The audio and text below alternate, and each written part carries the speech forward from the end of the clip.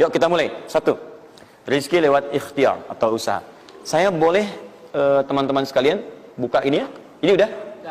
Ya. Udah. Satu, yang lewat usaha itu ikhtiar. Ya, buka Quran surah 39, Quran surah 53 ayat 39. An-Najm ayat 39. Wa allaysa lil insani illa ma sa'a. Wa allaysa lil insani illa ma sa'a. Wa allaysa lil insani, bahkan setiap manusia itu, awas, illa ma sa'a, akan mendapatkan rizki, akan mendapatkan hasil dari apa yang telah ia usahakan dengan sungguh-sungguh. Jadi kalau Anda ingin mendapatkan apapun, mau dapat pahala, dapat rizki, dapat ini, dapat itu, maka semua bergantung yang pertama pada tingkat kesungguhan usaha Anda. Usaha yang serius, yang sungguh-sungguh disebut dengan sa'a, yas'a, sa'yan. Sa'a, yas'a, sa'yan.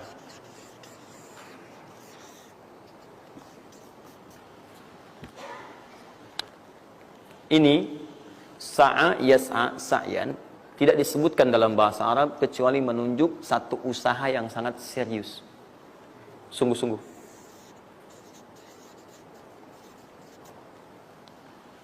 Rizki yang pertama ini sifatnya kata Al-Quran, langsung Allah yang menyampaikan. Kalau Anda mau mendapatkan rizki itu, baik yang sifatnya materi, uang, rumah, mobil, pakaian, makanan dan sebagainya, maka Anda mesti serius usaha. Usaha yang serius. Saya belum bicara bagaimana cara usahanya, tapi Quran ingin membangun komitmen dulu. Anda mau usaha enggak? Anda usaha, saya kasih kata Allah. Tapi kalau Anda enggak usaha, enggak akan turun rezeki. Ya, enggak ada rezeki turun dengan cuman diam aja, enggak ada. Anda mesti usaha. Saat saya berada di Mesir, ada dua mahasiswa itu saling, mereka paham Quran. Mereka diskusi ingin membuktikan kebenaran Quran. Yang satu cara berpikirnya benar, yang satu keliru. Yang satu berkata, Allah kan sudah jamin rezeki kita akan diberikan, ya kan? Sampai kita wafat sempurna rezeki. Jadi nggak nyari pun pasti dikasih.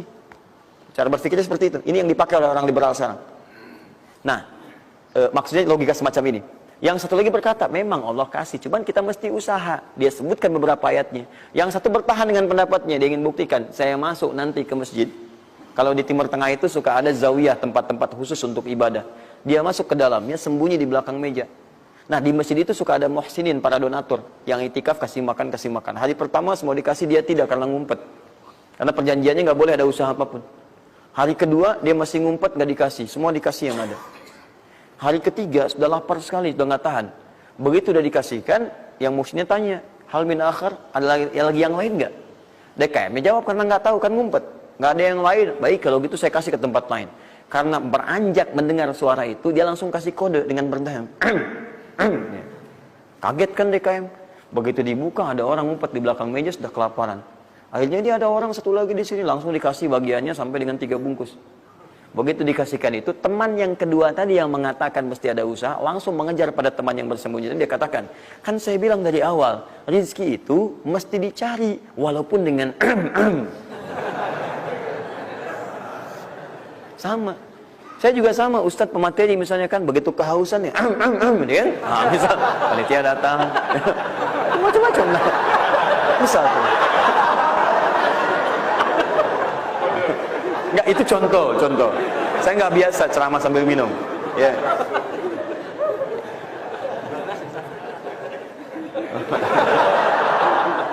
Jelas ya?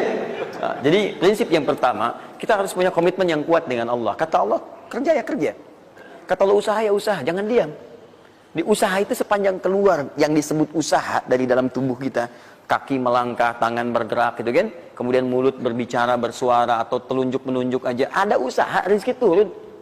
Apa butuh pembuktian lagi? Tuh lihat di beberapa belokan-belokan tuh, cuman orang begini aja, prit, 1000, makasih Pak, 2000, makasih bos, kan, 5000, paman.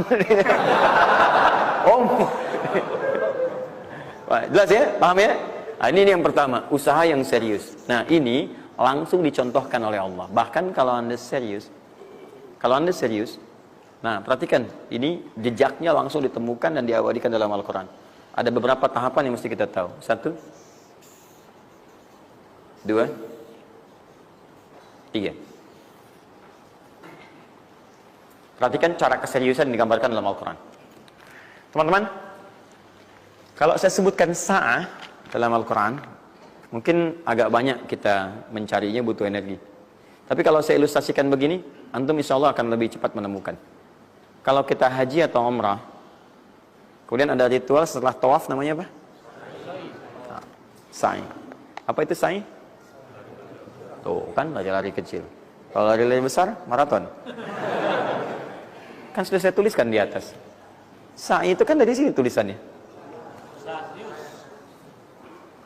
Ya. Dari mana sa'i itu? Safa ke Marwah. Ya, buka Quran surah kedua ayat 158.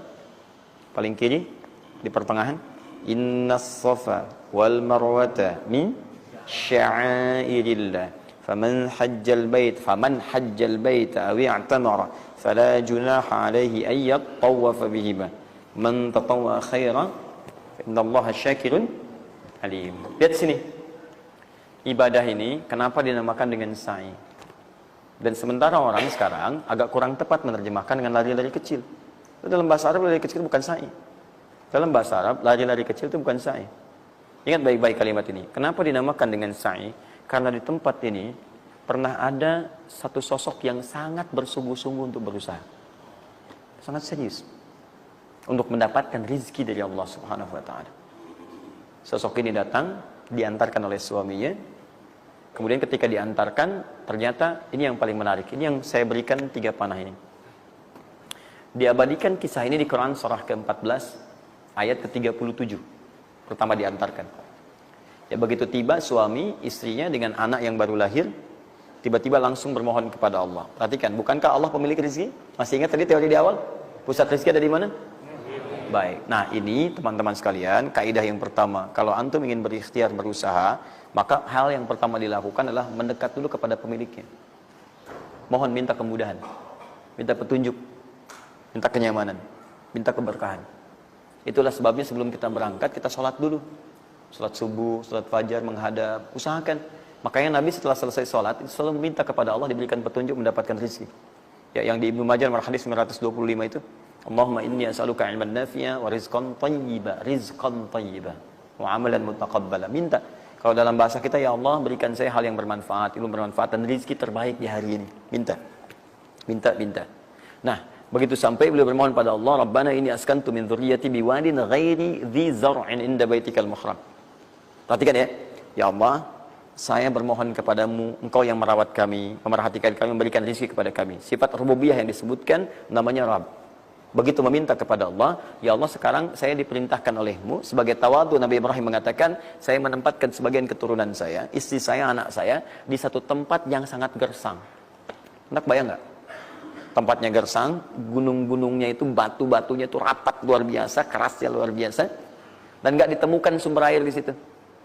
Artinya ini kondisi yang paling dalam lah, ya. Kondisi yang paling sulit didapatkan. Jadi selevel tumbuhan pun nggak ada. Jadi saya mau katakan begini, lihat ya. Anda pergi ke satu tempat, Anda berusaha tuh masih ada. Google-nya ada, bangunannya ada, kendaraan ada, modal ada. Tinggal kelihatan semuanya jadi aktiva semua tuh. Tinggal kita olah aja. Ada orang yang pernah mendatangi tempat yang semuanya nggak ada bahan-bahannya. Bayang ya?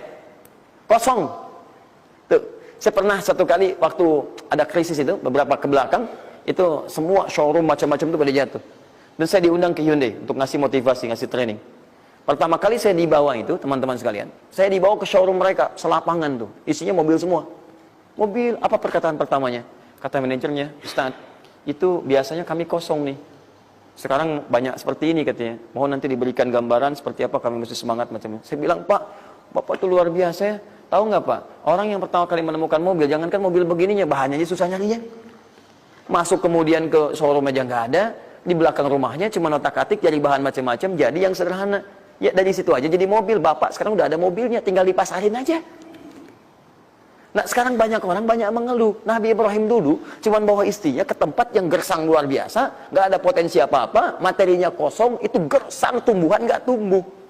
Apa yang terjadi? Begitu sampai di situ, satu kalimat ketika meninggalkan Ibrahim istrinya Sayyidah Hajar dengan anaknya Ismail alaihissalam, Maka pertanyaan pertama dalam satu riwayat, ahadza min amrillah, apakah semua ini ketetapan Allah? Maka dijawab bala. Perhatikan prinsipnya. Selama ini ketetapan Allah, maka Allah tidak akan menyia-nyiakan saya. Dan rizki telah Allah tetapkan kepada kita, maka Allah tidak akan pernah menyia-nyiakan kita. Paham ya? Jadi kalau Anda ditempatkan di kondisi apapun, bahkan mulai belum bekerja, baru lulus kuliah, bahkan mulai baru membuat satu bisnis misalnya, atau macam-macam halnya, ingat, ada yang lebih buruk kondisinya daripada Anda, yang semua bahannya bahkan belum didapatkan. Dan dia yakin dengan Allah. Sepanjang Anda punya Allah, maka semua akan mudah bagi Anda. Ini prinsip yang pertama. Jelas ya? Nah, kalau sudah paham sampai sini, belum berhenti karena ada komitmen untuk usaha. Apa usahanya? Maka Ismail menangis satu saat, dan Allah tetapkan asinya nggak keluar dari ibunya. Begitu tidak keluar, nah anak ini kan pasti bergejolak. Tangan bergerak, kaki bergerak, disimpan di bawah. Saat bergerak itu kakinya menghunjam ke tanah, tangan bergerak, nggak keluar apapun. Ibunya ini yang menempuh usaha yang sangat serius untuk mencari. Dia tahu kalau cuma diam nggak akan datang. Maka ibunya menerapkan satu ketentuan pertama yang nanti diabadikan dalam Al-Quran, yaitu teori rezeki dengan ikhtiar, mencari cara yang serius. Nah, cuma apa yang akan kita keluarkan saat ini terlepas dari usaha apapun yang Anda kerjakan saat ini. Tapi teori dasarnya adalah ketika Anda menempuh usaha yang serius ini, ada beberapa tahapan yang mesti Anda lalui. Persoalannya, waktu saya sudah habis 9:30.